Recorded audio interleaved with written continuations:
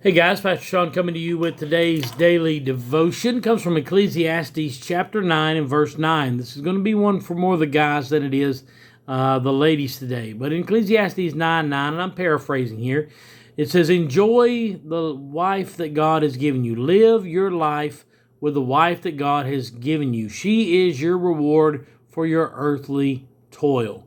Now, all of us guys that are on this feed who are married have great wives. We all have great wives. We all have ups and downs. We all have good days and bad days. But I had an opportunity over the last several days to talk with several of your wives and spend a little time in the mountains with Eddie and Jessica, and talked with Jessica and Eddie both about their relationship and about their love for one another and the joy that being together brings them. They have several kids and they do a lot of ministry at the church. Had a chance to spend some time with Pam and Gary Fowler. They're also from our church. Pam's mother passed away this weekend, and so I got to spend some time at the church talking with them and spending a little quality time with them. Last night I saw Wade and Tracy Holbert. I saw John and Tanya Holbert. And I thought about all of the great relationships that we as husbands experience with our wives.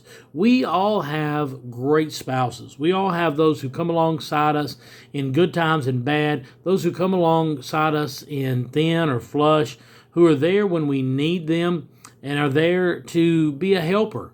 You know, the Bible tells us that Adam was in the garden, and God put him to sleep, and he took a rib from his side and made woman. He brought that woman to Adam, and he said, this is my bone of my bone, flesh of my flesh, she shall be called woman, because she was taken out of the man. The Bible goes on to say that for this reason will a man leave his father and mother and cleave to his wife, cling to his wife, hang on to his wife. God brought the woman to him. And if I really got down to the nitty gritty, God brought your wife to you. So we need to love our wives. We need to respect our wives. We need to hold our wives in esteem because they are precious to us. And they're a reward, according to Ecclesiastes 9, they are a reward for the work that we've done here on the earth. They're a reward for the toil that we have done. They are the thing that God has given us to bring us joy, to bring us happiness, to bring us peace, to bring us understanding, to bring us a sandwich when we need one. I'm just kidding. I'm kidding, ladies. Don't get mad at me.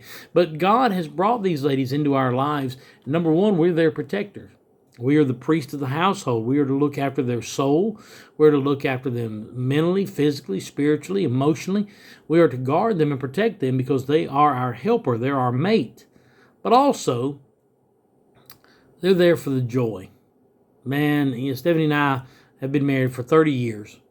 And we used to jump in the car when we were young and single and didn't know any better. We'd jump in the car and we'd ride through the mountains for hours.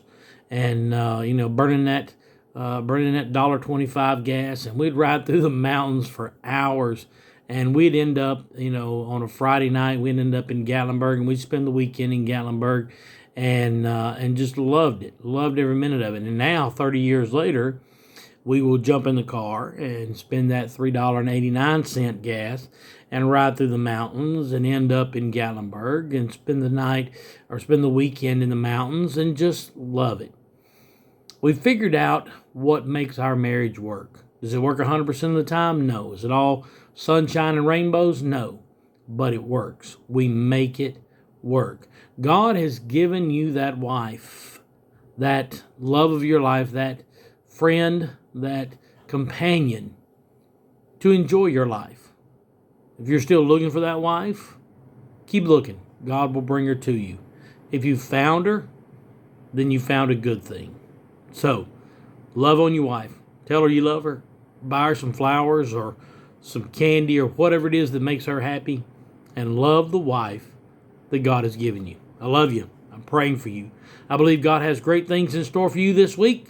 I hope to see you this weekend at Irwin Hill. God bless you as always, is my prayer.